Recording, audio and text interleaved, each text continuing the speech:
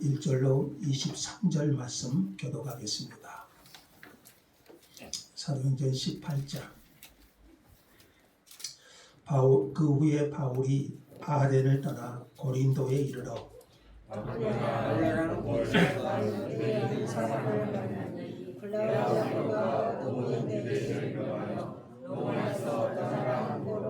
그가 그 안에 브리스라와 함께 이달리아로부터 새로 오자 바울이 그들에게 가매 생업이 같으므로 함께 살며 일을 하니 그 생업은 천막을 만드는 것이다. 안식일마다 바울이 회당에서 강론하고 유대인과 헬라인을 공명하니라. 실라와 디모데가 마게도냐로부터 내려오매 바울이 하나님의 말씀에 붙잡혀 유대인들에게 예수는 그리스도라 밝히 증언하니 그들이 대적하여 비방하거늘 바울이 옷을 털면서 이르되 너희가 너희 머리로 돌아갈 것이요 나는 깨끗하니라. 이후에는 이방인에게도 내가 하고 거기서 옮겨 하나님을 경외하는 디도 유스도라 하는 사람의 집에 들어가니 그 집은 회당 옆이라. 또 회당장 그리스도가 온 지방과 더불어 주를 믿으며 수많은 고린도 사람도 듣고 이런 세례를 받아라. 밤에 주께서 환상 가운데 바울에게 말씀하시되 두려워하지 말며 침묵하지 말고 말하라. 내가 너와 함께 있음에 어떤 사람도 너를 대적하여 해롭게 할 자가 없을 것이니 이는 성도에게 내 백성이 많으리라 하시더라. 1년 6개월을 머무며 그들 가운데서 하나님의 말씀을 가르치니라.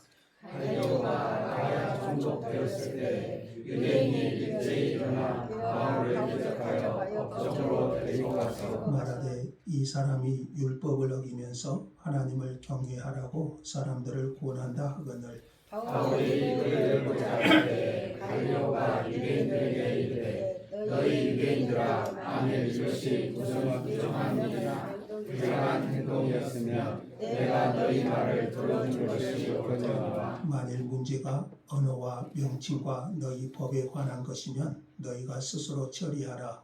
나는 이러한 일에 재판장 되기를 원하지 아니하노라 하고 그들을 법정에서 쫓아내니 모든 사람이 회당장 소스데네를 잡아 법정 앞에서 때리되 갈리오가 이 일을 상관하지 아니하니라. 바울은 여러 날 머물다가 그들과 작별하고 배 타고 수리아로 떠나갈새 브리스길라와 아굴라로 함께하더라. 바울이 일찍이 소원에 있었으므로 갱그리아에서 머리를 깎았더라. 에베소에 와서 그들을 거기 머물게 하고 자기는 회당에 들어가서 유대인들과 변론하니 여러 사람이 더 오래 있기를 청하되 허락하지 아니하고 작별하여 이르되 만일 하나님의 뜻이면 너희에게 돌아오리라 하고 배를 타고 에베소를 떠나 가이사랴에 착륙하여 올라가 교회 안부를 물은 후에 안디옥으로 들어가서 얼마 있다가 떠나 갈릴리아와 부르기아 땅을 차례로 다니며 모든 제자를 굳건하게 하니라.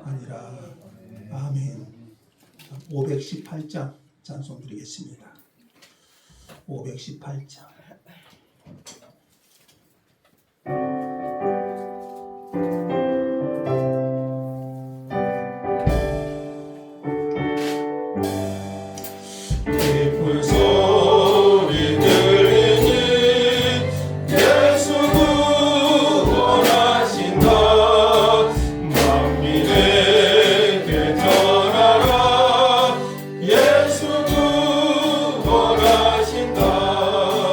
주님 명령하시니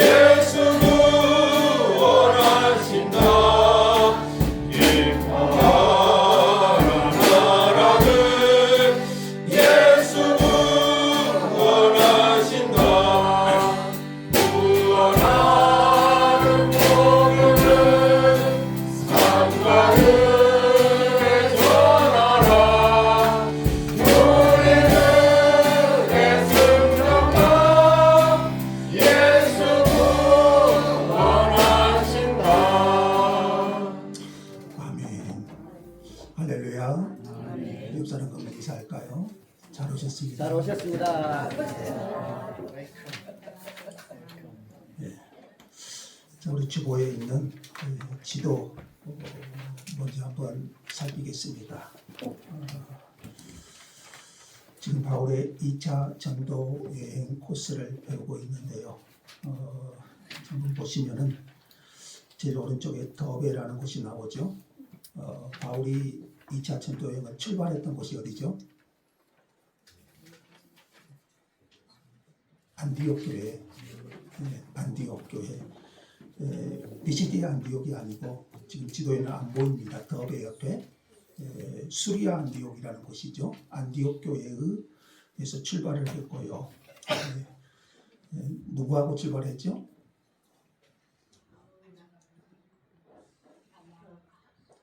바나바는 1차고 2차는 헤어졌잖아요. 바울과 신라. 이거 좀 다시 해야겠네, 사도행전. 사도행전 다시 해야겠어요.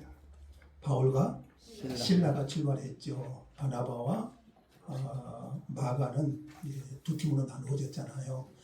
그래서 이제 안디옥에서 출발해가지고 더베, 루스드라, 이고니온 이쪽이 이제 1차 전도 여행 때 했던 코스인데 이제 2차 전도 여행 출발 그쪽 지역을 한번 돌아보고자 했었고, 그런데 이제 비시디아 안디옥으로 와서 이제 무시아라는 곳에서 드로아라는 항구에서 바울이 환상을 보죠.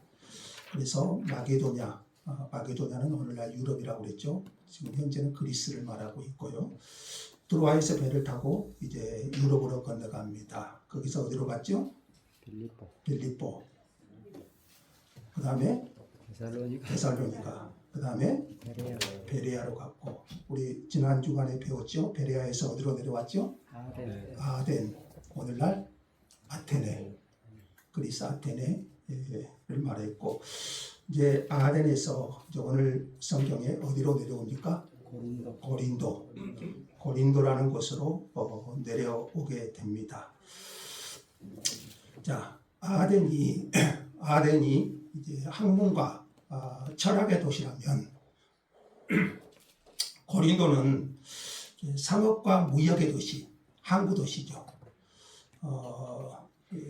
오죽하면 고린도 사람 하면 고린도 사람처럼 행동한다. 이 말이 어떤 의미냐면 성적으로 부도덕하게 행동한다.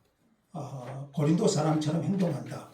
이 말의 의미는 저 사람은 성적으로 부도덕하게 행동한다. 이 의미로 사용되었습니다. 실제로 고린도에는 이게 고린도인데요.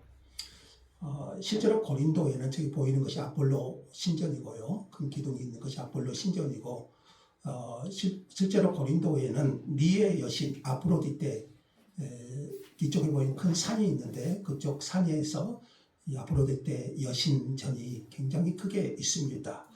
이 신전이 있었는데 여기는 1000명이 넘는 신전을 이제 섬기면서 봉사하는 매춘부들이 있었고요. 밤이면 이들이 길거리에서 몸을 팔았다고 합니다. 고린도가 어떤 도시라고 했죠? 항구 도시. 그래서 향락의 도시.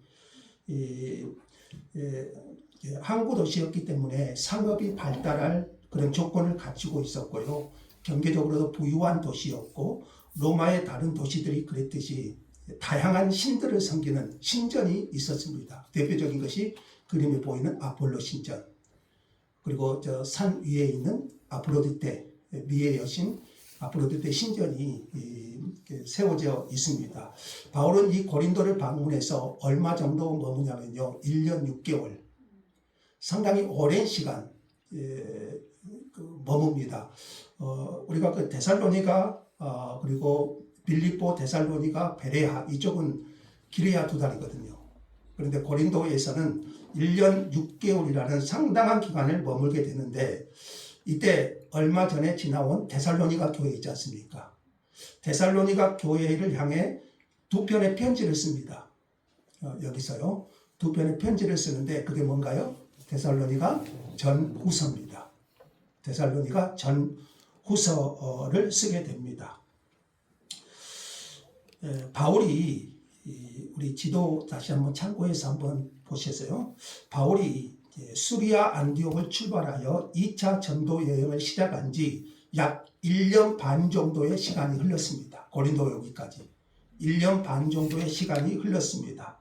바울은 고향인 다소를 지나서 더베와 루스드라, 이고니온 등을 지나서 현재 트리키의 서부 지역 소아시아를 향할 때 성령께서 아시아에게 복음 전하는 것을 막으셨습니다. 바울은 2차 전도여행의 목적은 이런 오늘날 소아시아 지역, 그러니까 트리키의 지금 지역, 갈라디아, 비두니아, 부르기아, 무시아 이 지역에 하나님의 복음을 전하기를 원했어요. 그런데 바울의 뜻과는 달리 성령님께서 바울의 전도를 막으셨습니다. 바울은 여러모로 고민을 했겠죠. 하나님의 뜻이 무엇일까? 자, 그렇게 기도하는 중에 무시아를 거쳐 두로아라는 항구까지 도착합니다. 거기서 환상을 보죠. 마게도냐 사람이 환상 가운데 나타나서 어떻게 말합니까?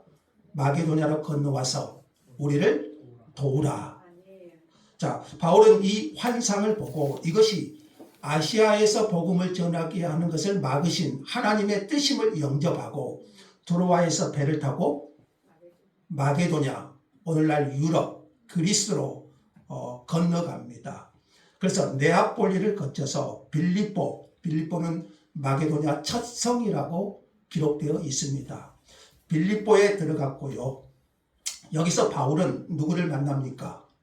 믿음의 여인이었던 루디아를 만나고 옥감장사 루디아를 만났지만 귀신 들린 여종을 고쳐준 일로 심한 매질을 당하고 감옥에 갇히는 일을 겪었습니다. 이후 그들은 데살로니가로 향했고요. 데살로니가에서도 경건한 헬라인의 큰 무리와 적지 않은 기부인들의 열매를 보았지만 유대인들의 소동이 일어났죠. 유대인들의 핍박.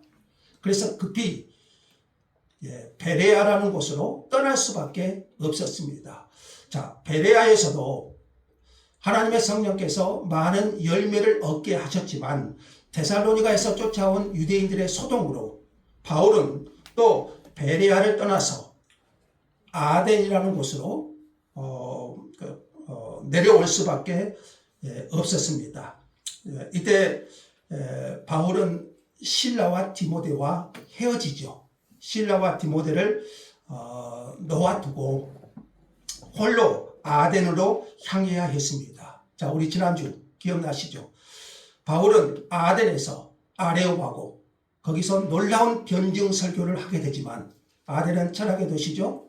소크라테스, 아리스토텔레스 이런 유명한 철학자들이 있는 그런 철학의 도시. 거기서 바울은 놀라운 변증적 설교를 하지만 열매는 미미했습니다. 그래서 바울은 이제 아덴을 뒤로하고 고린도라는 곳으로 향하게 됩니다. 여기까지 2차 전도 여행에서 바울이 지나온 여정인데 2차 전도 여행의 여정인데 어느덧 1년 반이라는 시간이 흘렀습니다. 자, 유럽에 들어온 이후 그럼 바울의 여정을 한번 다시 생각해 볼까요? 유럽에 들어온 이후 바울은 빌립보에서 심한 육체적 매질을 당했고요. 귀신 들린 여종을 고쳐주는 사건으로 그래서 신라와 함께 깊은 감옥에 갇히기도 했고 데살로니가와 베레아에서는 유대인들의 방해로 쫓겨남을 당할 수밖에 없었고 아덴에서는 무관심과 조롱에 시달려야 했기 때문에 성경학자들은 바울이 고린도로 들어올 즈음에 그 즈음에 바울은 심한 낙심과 싸우고 있을 것이라고 생각합니다. 지금까지 그 여정을 돌아볼 때 게다가 바울은 지금 동역자인 실라와 디모데와 함께하는 상황이 아니라 혼자예요. 아덴에서부터 고린도는 혼자 왔어요. 그래서 바울은 후에 고린도 후서를 쓸 때 이렇게 썼습니다. 같이 한번 읽어볼까요? 내가 너희 가운데 거할 때에 약하고 두려워하고 심히 떨어노라 그랬어요. 바울이 고린도에 도착했을 때 굉장히 약하고 두려워하고 심히 떨었다 이렇게 고백합니다. 그러니까 이 즈음에 바울은 굉장히 좀 심적으로 약하고 또 낙심, 좀 절망, 두려움 이런 가운데서 지금 어디로 왔습니까? 고린도라는 곳으로 왔습니다. 이런 낙심의 상황에 있는 바울에 대한 하나님의 처방이 뭘까요? 이런 낙심 가운데 있는, 절망 가운데 있는, 두려움 가운데 있는 바울에게 하나님이 주신 처방은 바울이 고린도에서 굉장히 중요한 사람을 만나는데요. 이때 바울의 평생 동역자가 될 아굴라 부부, 아굴라와 브리스길라 부부를 만나게 됩니다. 오늘 본문에 보니까요. 이 두 사람은 이 아굴라와 브리스길라 부부, 이 부부는 본래 로마에 살던 사람이었습니다. 본도 출신인데 로마에 살던 사람이었는데 로마 황제 글라우디가 로마에서 유대인 추방령을 내리는데 그래서 이들이 이탈리아를 떠나 고린도로 오게 되었다고 설명을 합니다. 그러니까 이것이 하나님의 섭리였던 것 같아요. 로마에서 추방령을 당해서 그들이 오게 된 곳이 고린도예요. 하나님의 뜻이 있었던 것 같아요. 섭리. 누구를 만나게 하시려고? 바울을 만나게 하시려고. 그래서 이들 부부는요, 고린도에 오기 전에 이미 예수를 믿는 신실한 신자였을 뿐만 아니라 나중에 보면은요, 아볼로를 가르쳐요. 성경학자. 아볼로를 가르칠 만큼 신실한 복음의 사역자로 훈련된 부부였음을 보여줘요. 이 부부는 생업이 먹고 사는 일이 직업이 뭐였죠? 천막 만드는 일이에요. 바울의 직업도 뭡니까? 천막 만드는 일이잖아요. 그러니까 생업이 같아요. 오늘 성경에도 나오죠. 생업이 같아서 천막 만드는 일을 같이 하면서 평일에는 함께 일을 했고 안식일에는 유대 회당에 들어가서 복음을 전합니다.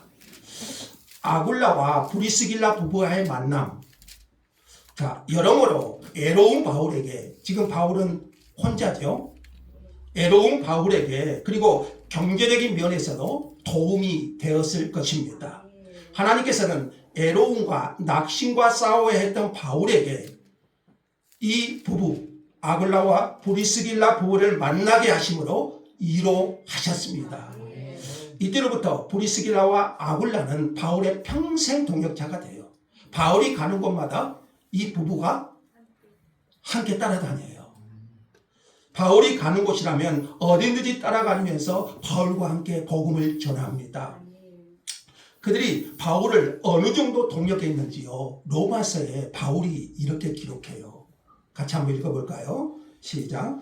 그들은 내 목숨을 위하여 자기들의 목까지도 내놓았나니 나뿐 아니라 이방인의 모든 교회도 그들에게 감사하느니라. 자, 아굴라 부부를 말하고 있는데요. 그들은 내 목숨을 위하여 자기들의 목까지도 내놓았나니. 참 대단한 부부죠. 바울의 선교 사역에서 이 부부를 만나게 하신 것은 굉장한 큰 은혜고 하나님의 위로였어요. 자, 이 부부는 그래서 평생 바울과 함께 하면서 자기들의 목까지도 내놓을 정도로 바울과 동역하고 바울을 위해 헌신하게 되었어요. 초대교회 문서에 의하면 아굴라와 브리스길라는 우리 중에 가장 으뜸이 되는 부부의 이상형이었다. 이렇게 기록합니다. 그래서 우리가 성경적인 가장 이상적인 부부하면 브리스길라와 아굴라 이 가정을 들지 않습니까? 이 부부에 관해 하나 더 언급할 것은 신약 성경에서 이들의 이름이 언급되는 것이 자주 나오는데요. 대부분의 경우에 아내 브리스길라의 이름이 먼저 나옵니다. 브리스길라 남편이 아굴라고 아내의 이름이 먼저 나오는데요. 아마 아내가 남편보다 더 적극적으로 항상 믿음의 역사는 여인에게서 시작됩니다. 아내인 브리스길라가 더 적극적으로 혹은 영향력 있게 사역을 했기 때문일 것입니다. 낙심에 처한 바울에게 하나님의 처방은 여기서 끝나지 않아요. 자, 지금 고린도에 내려와서 굉장히 연약한 낙심 가운데 있는 바울에게 하나님께서는 이 부부를 만나게 하심으로 바울을 위로하셨어요. 근데 여기에만 끝나지 않아요. 5절을 한번 보실까요? 자, 실라와 디모데가 지금 마게도냐로부터 내려와, 지금 마게도냐 지역은 빌립보, 데살로니가, 베레아 그쪽이에요. 거기서 내려와 고린도에서 바울과 재회합니다. 고린도에서 만납니다. 헤어졌다가. 그런데 매우 흥미로운 점은 5절입니다. 자, 5절 한번 읽어볼까요? 다 같이요. 실라와 디모데가 마게도냐로부터 내려오매 바울이 하나님의 말씀에 붙잡혀 유대인에게 예수는 그리스도라 밝히 증언하려. 여기서 어떤 말씀이 여러분 눈에 들어옵니까? 그러진 않았습니다. 물론 예수는 그리스도 중요하죠. 복음이죠. 근데 더 중요한 것은요, 하나님의 말씀에 붙잡혀. 뭐 때문에 그런가요? 바울과 디모데와 실라를 제외하면서 그러면서 복음을 밝히 증언하게 되었다, 이렇게 말해요. 그러니까 바울은 고린도에서 사랑하는 동역자 실라와 디모데를 다시 만난 거예요. 외로움이 크게 해소된 바울은요, 이들과의 교제를 통해서 더욱 하나님의 말씀에 붙잡혔어요. 이들로 인해 큰 힘이 되었던 것이지요. 여러분, 이것이 동역자가 필요한 이유입니다. 디모데가 데살로니가 교회의 소식을 들고요, 바울은 핍박 때문에 홀로 떠날 수밖에 없었잖아요. 데살로니가에서는 3주 동안 바울이 전도했는데 많은 열매가 있었잖아요. 그래서 거기서 이 데살로니가 교회의 소식을 디모데가 가지고 와요. 바울이 얼마나 염려가 되었겠어요. 데살로니가 신생 교회를 생각할 때. 자, 바울은 디모데가 전해준 데살로니가 교회의 소식을 듣고 굉장히 기뻐합니다. 그래서 그 마음을 데살로니가 전서에서 이렇게 표현합니다. 이것은 디모데가 고린도에 와서 바울과 재회하면서 데살로니가 교회 소식을 전해줘요.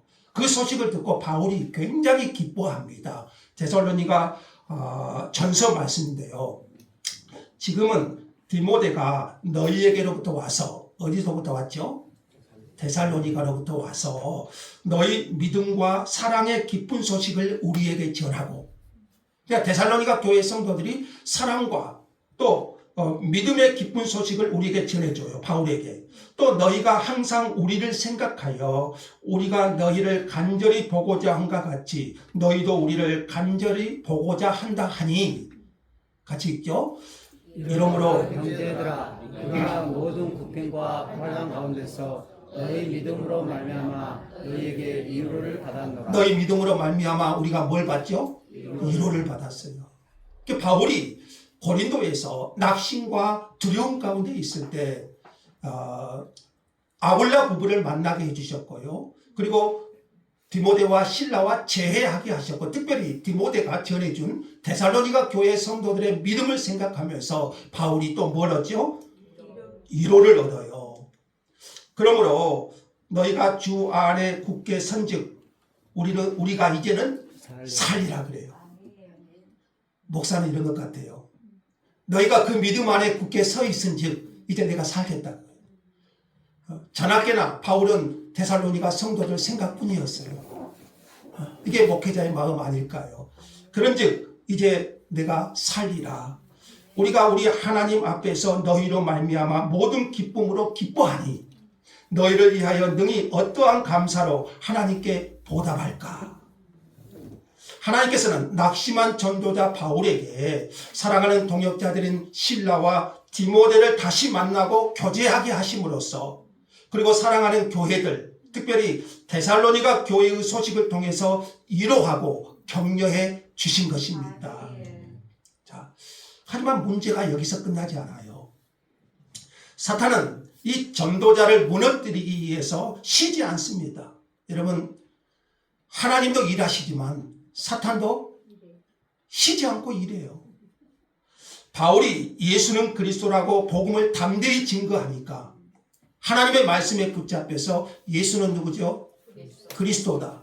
밝히 증거하니까 유대인들의 대적함과 비방함이 거세져요. 자, 비방한다는 것은 중상모략하고 욕을 해대는 것을 말합니다. 바울이 복음을 전도하는데 예수는 그리스도라 증거하는데 거기에 대놓고 욕을 한다고 생각해 보세요. 전도자에게. 바울은 더 이상 그래서 회당에서는 말씀을 전할 수 없는 상황이 됩니다. 바울은 옷을 털면서 자 6절에 보니까요. 옷을 털면서 후반부에 보니까요. 너희 피가 너희 머리로 돌아갈 것이요 나는 깨끗하니라 이렇게 말하고 이방인들에게로 향하게 됩니다. 바울의 말은요. 에스겔 선지자의 말씀이 기억나지 않습니까? 자 에스겔 말씀을 같이 한번 읽어볼게요. 다 같이요. 그가 경고를 받았던들 자기 생명을 보존하였을 것이나 나팔 소리를 듣고도 경고를 받지 아니하였으니 그 피가 자기에게로 돌아가라. 경고를 받았으면 자기 생명을 보존하였을 것이니와 그러면 나팔 소리, 복음의 나팔 소리를 듣고도 경고를 받지 아니한다면 그 피가 자기에게로 돌아갈 것이다. 바울도 그랬잖아요. 너희 피가 너희 머리로 돌아갈 것이고 나는 깨끗하니라. 무슨 말입니까? 책임은 너희에게 있다는 거죠. 나는 복음을 전했을 뿐이고 그러나 그 나팔 소리를 듣고 경고를 받지 않는 너희에게 모든 책임이 있다. 이렇게 말합니다. 그리고 이제 사역의 장을 하나님을 경외하는 이방인 디도 유스도의 집으로 옮깁니다. 디도 유스도, 디도서의 저자가 아닙니다. 이어서 해당장 그리스보가 온 지방과 함께 예수를 믿게 되고 해당장인 그리스보가 예수를 믿게 되었고 이방인인 수많은 고린도 사람들이 8절에 보니까요. 믿고 세례를 받는 놀라운 일이 고린도에서 일어납니다.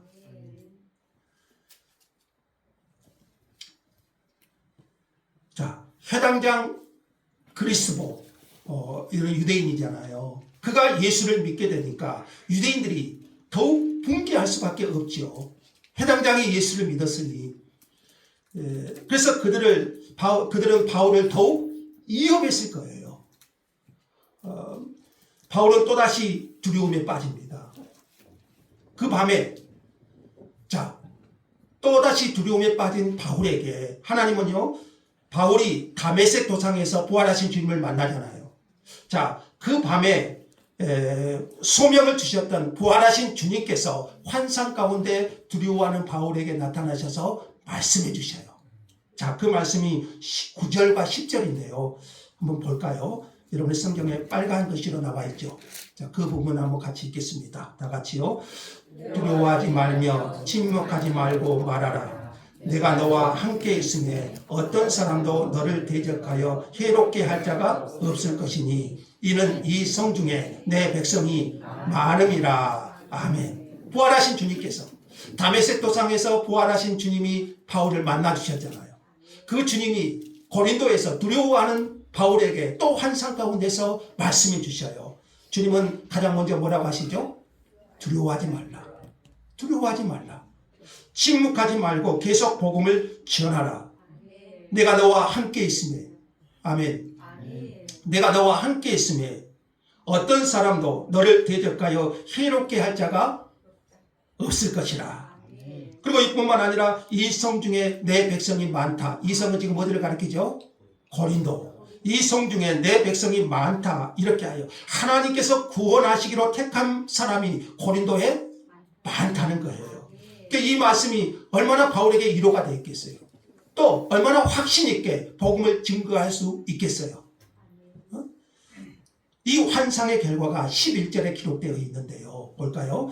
1년 6개월을 머물면서 그들 가운데 하나님의 말씀을 가르치니라. 환상의 말씀을 주셨잖아요. 이 성에 믿는 사람들이 많을 것이다. 바울은 확신 가운데 1년 6개월을 이렇게 머문 적이 없어요. 굉장히 많은 시간을 고린도에서 할애하면서 복음을 전합니다. 자, 그렇게 복음을 전하던 중에 12절부터 보시면은요, 고린도에는 이제 이쪽이 아가야 지역인데요, 마게도냐 지역은 데살로니가, 빌립보, 베레아 이쪽이고, 이제 아덴, 고린도 이쪽은 아가야 지역이라고 또 말합니다. 자, 아가야에는 갈리오라고 이름하는 새로운 총독이 부임합니다. 자, 유대인들은 새 총독이 자기들에게 유리하게 처리해 줄 것을 기대하면서 바울을 대적하여 법정으로 데리고 갑니다. 이 법정이 지금 고린도에 가면 있는데요, 바로 이곳입니다. 바울이 섰던 법정 모습입니다. 바울을 저 법정으로 끌고 갑니다. 유대인들의 고소 내용이 뭔가요? 바울을 이 법정에 세우면서 유대인들의 고소 내용이 뭔가요? 13절에 보시면 이 사람이 율법을 어기면서 하나님을 경외하라고 사람들을 권한다. 이게 고소 내용이에요. 고소 내용이 된가요? 뭐 살인도 아니고 도둑질도 아니고. 갈리오는 이 소송을 기각합니다. 왜 그러죠? 이 소송은 자기가 다룰 만큼 부정한 일이나 불량한 행동에 관한 것이 아니라 언어와 명칭과 너희 법, 언어는 가르침이고 명칭은 예수 그리스도를 말하는 것이고 너희 법은 모세의 율법이죠. 자, 그것으로 판단해요. 유대인의 논쟁이므로 내가 관여할 바가 못 된다. 그래서 갈리오는 여기서 이 소송을 각하해요. 그러면서 법정에서 유대인들을 쫓아냅니다. 저기 법정에서 유대인들을 이제 쫓아내버려요. 자, 법정에서 쫓겨난 유대인들은요, 이제 이번에는 회당장 소스네네, 그 전에 회당장이 그리스보였죠. 아마 그리스보가 예수를 믿으니까 더 이상 유대인들은 회당장으로 인정할 수 없었던 것 같아요. 그래서 아마 그리스보를 또 세웠지 않았을까 그런 생각을 하게 됩니다. 회당장 소스네를 잡아 법정 앞에서 때리는 시위를 하는데 갈리오는 역시 유대교 내부 문제를 간섭하지 않고자 해요. 이들이 회당장 소스네에게 분필이한 것은 아마 예수님께 호의적인 태도를 취해서 아마 그렇지 않았을까. 고린도전서 1장에 보시면 이 소스데네라는 인물이 나오는데 이때 아마 회심하지 않았을까 그런 생각이 하게 됩니다. 자, 이 일 후에 바울이 이제 안디옥으로 돌아가기 위해서 고린도에서 사역을 마치고 이제 파송한 교회 안디옥 교회로 돌아가기 위해서 고린도의 형제들과 작별을 합니다. 근데 18절 하반절에 보시면 좀 인상 깊은 장면이 나오죠. 바울이 일찍이 서원이 있었으므로 갱그레아에서 뭐하죠? 머리를 깎아요. 바울의 서원이 어떤 것인지 정확히 알 수는 없지만 아마 여러분 하나님께 헌신하는 나시린 서원을 했을 것이라고 짐작할 수 있고 아마 이 즈음에 나시린은 머리를 깎나요 안 깎나요? 머리를 안 깎죠. 그래서 이 즈음에 서원의 기간이 끝나지 않았을까 그렇게 학자들은 봅니다. 그래서 이제 갱그레아라는 곳에서 갱그레아라는 성을 한번 보죠. 저것이 이제 고린도 바로 아래쪽에 있는 갱그레아 항구입니다. 유명한 곳인데요. 저기서 바울이 배를 타고 이제 에베소로 가죠. 에베소로 갔다가 이제 예루살렘에 갔다가 안디옥으로 다시 가거든요. 갱그레아 저기서 바울이 머리를 깎습니다. 바울은 떨어지는 머리카락을 보면서 아마 나시린 서원이었다면 지금껏 인도에 오신 하나님 그 하나님의 은혜를 생각하고 감격과 눈물을 흘리지 않았을까요? 갱그레아는 고린도의 항구 도시인데요. 갱그레아 하면 또 여러분 누가 생각나는 사람이 있죠? 여성 사역자였던 베베 유명하죠. 그래서 이제 고린도 교회가 개척이 되면서 그 아래 도시 이 갱그레아에도 교회가 세워졌음을 볼 수가 있고요. 여집사 베베가 섬기는 교회였어요. 나중에 이제 3차 전도여행 때 바울이 또 고린도에 오는데요. 이때 뭘 집필하냐면 로마서를 집필합니다. 우리가 잘 아는 로마서. 그 로마서를 집필하고 바울이 로마로 가고자 하는데 못 갈 수 있잖아요. 그래서 그 로마서를 집필한 곳이 어디죠? 고린도라고 했잖아요. 고린도라고 했잖아요. 고린도에서 집필해서 로마로 보내요. 이 편지를. 그 보낸 사람이 갱그레아 교회의 일꾼인 베베라는 여성 사역자였습니다. 그래서 여러분 저 사진 저 뒤쪽에 보면 베베의 집이 착한 사람만 보여요. 예. 자, 이때 브리스길라와 아굴라 부부도 바울과 함께 고린도를 떠납니다. 여기서는 이제 브리스길라가 먼저 나와요. 여기서부터 브리스길라가 먼저 나옵니다. 그래서 이제 에베소에 도착을 합니다. 저 갱그레아에서 바울이 배를 타고 이제 에베소는 터키 지금 아시아 쪽으로 왔죠. 이제 에베소에 도착하고 그곳 부부를 아굴라 부부를 그곳에 머물게 합니다. 그리고 바울은 왜 이 부부를 에베소에 머물게 했을까 짐작해 보건대 바울이 3차 전도 여행을 하잖아요. 그래서 3차 전도 여행의 핵심은 에베소에서 핵심 제자를 양성하잖아요. 두란노스원의 제자 양성. 아마 그것을 그 사역을 준비시키려고 이 부부를 에베소에 남겨두지 않았는가 그런 생각을 하게 됩니다. 그리고 바울은 이제 떠나서 예루살렘과 안디옥 교회에 가기를 원했어요. 2차 전도여행을 마치면서 이유가 뭘까요? 왜 예루살렘 교회와 파송한 안디옥 교회를 가기를 원했을까요? 지금까지 바울이 개척한 신생 교회들이 있잖아요. 그들을 예루살렘과 안디옥 교회에 설명을 하고 이 교회가 하나가 되어야 되잖아요. 성교했던 교회가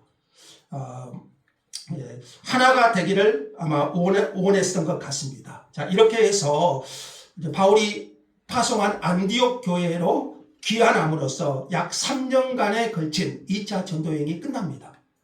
약 3년에 걸쳐서 2차 전도여행이 끝납니다. 오늘 본문까지. 자, 여기까지 오늘 고린도 교회의 설립 이야기. 여기서 우리가 배울 수 있는 교훈이 뭘까요? 저는 두 가지만 한번 생각하고자 하는데요. 첫째는요, 하나님은 우리의 약함 속에서 일하십니다. 우리의 약함 속에서. 자, 고린도후서 12장 9절 바울이 이렇게 고백해요. 같이 한번 읽죠. 그러므로 도리어 크게 기뻐함으로 나의 여러 약한 것들에 대하여 자랑하리니 이는 그리스도의 능력이 내게 머물게 하려 함이라. 바울은 애로움과 낙심 그리고 두려움 속에서 사역을 감당했어요. 대사도인 바울도 그랬습니다. 하물며 저 같은 사람, 우리 같은 사람은 얼마나 약한 존재들입니까? 그러나 하나님의 능력이 자신의 약함을 통해서 오히려 드러납니다. 하나님은 특히 어려움과 시련의 시기에 그 택하신 종들과 함께 하시기를 원하십니다. 하나님은 지금도 여전히 우리 약함 속에서 일하십니다. 그래서 바울은 자기의 약함을 자랑한다. 왜요? 오히려 고린도에서는요, 더 많은 열매가 하나님의 능력으로 역사했기 때문이에요. 오늘도 믿습니다. 하나님은 일하십니다. 그러나 우리의 강함이 아니라 약함을 통해서 하나님은 여전히 일하십니다. 복음은 우리의 약점인 낙심과 두려움을 뚫고 전진합니다. 두 번째는요, 동역자는 너무나 중요하다는 사실입니다. 동역자. 우리에게 복음의 은혜를 나눌 수 있는 형제가 있다는 것은 너무나 중요합니다. 하나님은 바울에게 새로운 동역자인 브리스길라 부부를 만나게 해주셨고 실라와 디모데를 제해하게 하심으로 낙심된 바울의 영혼을 소성하게 하셨습니다. 뿐만 아니라 데살로니가 교회의 아름다운 소식의 바울이 더 하나님의 말씀에 붙잡혀서 복음을 전하게 해 주었어요. 우리가 누군가에게 이런 존재가 되어야 된다는 사실을 여러분 아십니까? 우리는 누군가의 동역자가 되어야 됩니다. 하나님이 우리 중에 연약한 지체를 불러서 목사로 세우시고 장로로 세우시고 선교사로 세우십니다. 그들은 결코 강한 자들이 아닙니다. 때론 두렵고 때론 낙심하고 때론 연약한 인간에 불과합니다. 그래서 그들에게 누가 필요할까요? 동역자가 필요하고 브리스길라와 아굴라가 필요하고 디모데와 실라가 필요합니다. 데살로니가 교회가 보여준 믿음의 진실한 태도, 그리고 우리가 배운 것처럼 빌립보 교회가 호응금을 통해서 보여준 사랑이 필요해요. 지금도 하나님은 여전히 우리의 약함 속에서 일하십니다. 이제 여러분도 누군가의 동역자가 되십시오. 저와 여러분 일생도록 그런 선한 사역을 잘 감당하시기를 주의 이름으로 축원합니다. 감사합니다. 하나님, 오늘 데살로니가 교회에 주신 주의 말씀을 받습니다. 오늘도 우리의 약함 속에서 일하시는 하나님을 바라봅니다. 오늘 우리가 또한 누군가의 동역자들이 되기를 원합니다. 이 시간에 함께하여 주시고 오늘 우리 교회가, 우리 모두가 그런 하나님의 선한 사역의 일꾼들이 되게 하여 주옵소서. 주 예수님의 이름으로 기도합니다. 아멘.